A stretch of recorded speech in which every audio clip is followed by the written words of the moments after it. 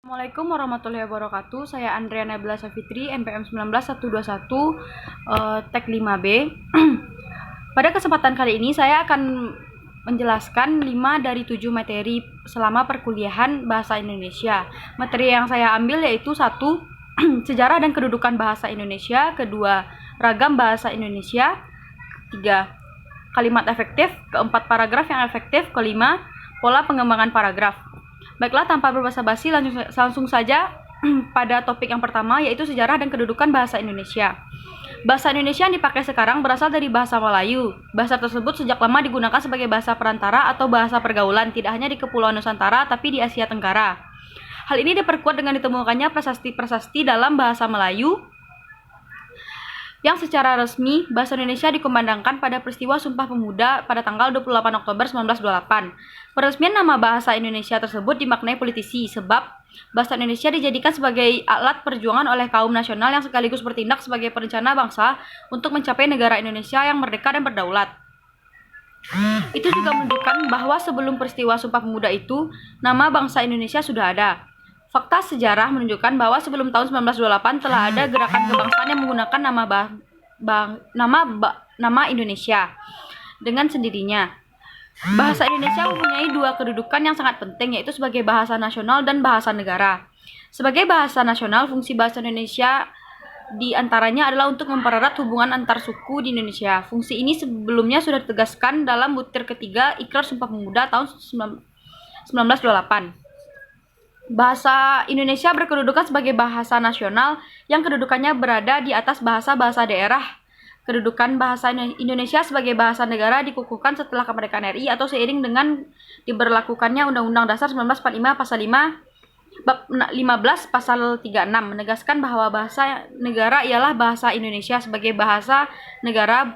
Fungsi bahasa Indonesia adalah sebagai bahasa dalam penyelenggaraan administrasi negara, seperti dalam penyelenggaraan pendidikan dan sebagainya.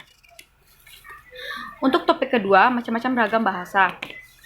Yang pertama bersifat semi-ilmiah atau baku, ragam bahasa seminar, simposium, kongres, dan sebagainya bersifat ilmiah. Dan ketiga, ragam bahasa panggung, master of ceremony, ada yang bersifat ilmiah baku dan non-ilmiah tidak baku. Ragam bahasa pidato bersifat ilmiah atau ragam bahasa percakapan sehari-hari bersifat arbitrer atau menu suka dan tidak ilmiah atau tidak baku. Ragam bahasa lisan baku berikut.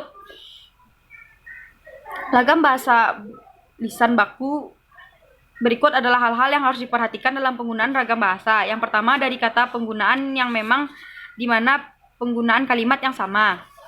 Kedua, diksi atau pilihan kata digunakan diksi baku saat membuat narasi. Ketiga, lafal dan pengucapan. Keempat, ekspresi wajah yang perlu dimunculkan agar menimbulkan kesan emotif dan membangkitkan suasana. Kelima, gerakan tangan agar lebih ekspresif. Aturan dan kaidah penulisan yang baik dan benar meliputi huruf kapital, kalimat efektif, tanda baca, bentukan kata atau kata imbuhan, kata yang dicetak miring, kata depan awalan, daftar pustaka, dan konjungsi. Selanjutnya topik ketiga yaitu kalimat efektif. Pengertian kalimat efektif adalah sebuah kalimat yang tersusun berdasarkan kaidah-kaidah yang berlaku seperti unsur-unsur penting yang harus dimiliki pada setiap kalimat objektif dan predikat. Ejaan yang disempurnakan dan cara memilih kata yang tepat pada kalimat tersebut. Kalimat yang memenuhi kaidah tersebut pasti akan lebih mudah dipahami oleh pembaca dan pendengar. Syarat kalimat efektif pada dasarnya terdapat 4 syarat, yaitu yang pertama sesuai EYD, yang kedua sistematis, yang ketiga tidak boros dan bertele-tele, yang keempat syarat terakhir pada kalimat efektif yang menjadi syarat penting untuk menghindari pepercahan dan multitafsir dengan menggunakan susunan kata yang khas, sistematis, dan sesuai kaidah-kaidah kebangsaan. Ciri-ciri kalimat efektif. 1. Kalimat memakai diksi dan pemilihan kata yang tepat. Kedua, memiliki unsur pokok yang harus dimuat pada kalimat, minimal harus mengandung subjek dan predikat. 3. Harus taat dengan kaidah penulisan. 4. Kalimat yang tercantum di dalam EYD yang berlaku, menekankan ide pokok pada kalimat. 5. Kalimat yang mengacu pada penghematan penggunaan kata. 6. Menggunakan kesejajaran bentuk bahasa pada kalimat yang dipakai. 7. Kalimat ini mempunyai variasi struktur kalimat.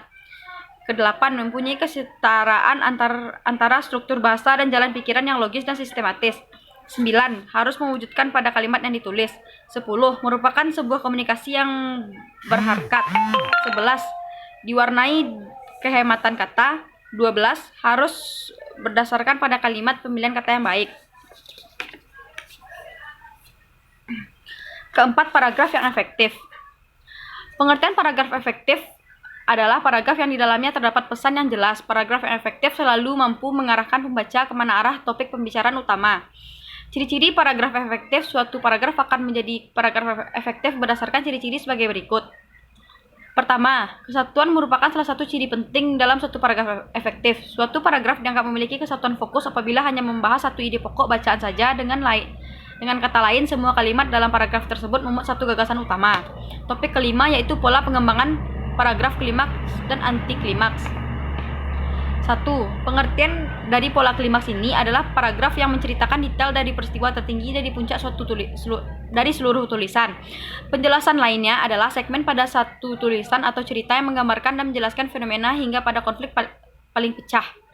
Sedangkan pengertian anti klimaks merupakan alternatif dari ide cerita dengan intens cerita yang akan menuju puncak, tetapi terdapat ide baru yang menurunkan intens cerita menuju arah yang lebih rendah secara perlahan.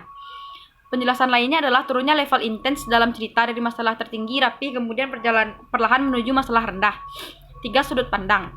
Menjelaskan mengenai pola sudut pandang adalah improvisasi paragraf yang berlandaskan pada sudut pandang yang berhubungan dengan peta atau lokasi. Sebagai penulis pada pola pengembangan ini sama saja saat menulis sebuah diari, di mana penulis bisa menulis pandangan tentang sebuah gagasan atau hal yang sudah ada pada dirinya. Pengembangan paragraf dengan mendeskripsikan atau menggambarkan suatu dengan sesuatu yang lain mempunyai persamaan. 4. Pola kausalitas. Pada pola ini didasarkan pada pernyataan sebab akibat. Pola pada paragraf ini menjadikan sebab sebagai ide utama, sementara akibat berperan sebagai detail pengembangan paragraf. Tetapi pola kausalitas ini bisa bermanfaat sebagai ide utama, sementara sebab bisa berguna sebagai pengembangan paragraf generalisasi. Pada pola pengembangan paragraf ini, generalisasi berguna sebagai kesimpulan dari setiap apa yang dilogikakan yang bersumber pada informasi atau fenomena yang tadinya khusus menjadi umum atau sebaliknya. 5. Klasifikasi. Pengertian pada pola klasifikasi merupakan upaya untuk mengatasi hal apabila apapun yang ada di mana hal tersebut mempunyai kemiripan dari suatu dengan yang lainnya. Ini menjadikan setiap hal yang ada bisa memiliki jalinan ikatan dari satu dengan yang lain, menjadi kesatuan yang padu. Baiklah, hanya itu yang dapat saya sampaikan. Atas perhatiannya saya ucapkan terima kasih. Assalamualaikum warahmatullahi wabarakatuh.